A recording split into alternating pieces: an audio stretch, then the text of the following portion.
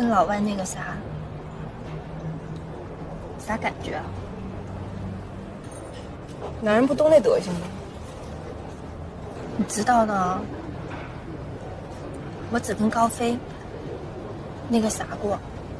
表妹之所以问起这方面的知识，是因为她也即将要下海，和小娜一起在巴黎站街。晚上和老公打电话的时候，表妹神情明显不对劲，不像小娜这样跟老公撒起谎来游刃有余。毕竟做了对不起老公的事，表妹可能还要慢慢适应。晚上接完一单后，表妹哭得梨花带雨。她好担心老公知道后会不要她。见表妹那么软弱，小娜他们开始合计，要不把表妹先送回去吧，她留在这里感觉迟早要坏事。于是乎，小娜带着表妹回到了东北。他们的老公来接她俩的时候，两个女人都有点不敢面对。小娜在外面挣了很多钱寄回来，现在老公都准备开店了。她这么多年在外面的打拼，终于让她看到了一点回报，而且老公还用寄回来的钱买了新房，这让小娜觉得好像一切都是值得的。晚上小娜洗漱好到床上，老公立马就凑了过来。她一个人生活了那么久，今晚夫妻俩终于可以开心一下。可是小娜对于这样的事早就已经疲惫了，现在回到家中，她就只想安安稳稳的睡个好觉。小娜的拒绝让老公很不高兴，没办法，为了哄好老公，小娜就只能从操就业。可是，一晚上下来，小娜却没有收获任何幸福的感觉。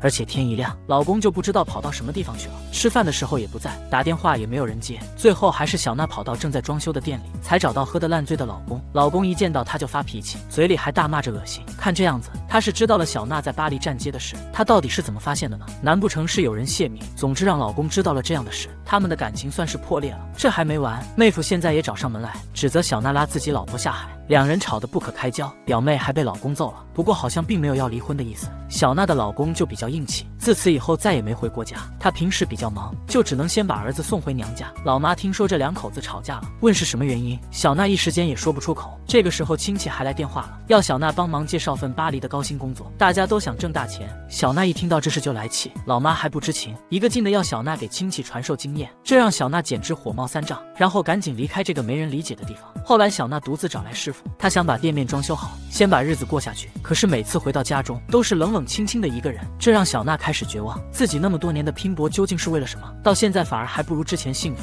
后来她看到表妹的家庭已经和睦了，他们要搬离这里，重新过新的生活。对此，小娜送出了诚信的祝福。可是自己的老公不知道还会不会回到自己身边。往后的日子里，她搬去了和父母住。在儿子的帮助下，她接到了老公的电话。小娜不想就这么放弃自己的家庭，带着儿子不远万里，终于找到了老公。她现在随便租了个小屋过着，对儿子还是那么好。至于对小娜的话，还是一句话都不说。这次小娜主动服软，她跟老公道歉，老公的态度也很坚定。之前的那个家和店铺她是不会要的，小娜也听她的，就把房子和铺面都租出去了。最后他们一家三口重新在这个陌生的地方过着日子。小娜奔波了那么久，终究还是回到了原点，就是不知道她老公的心里会不会留下什么阴影。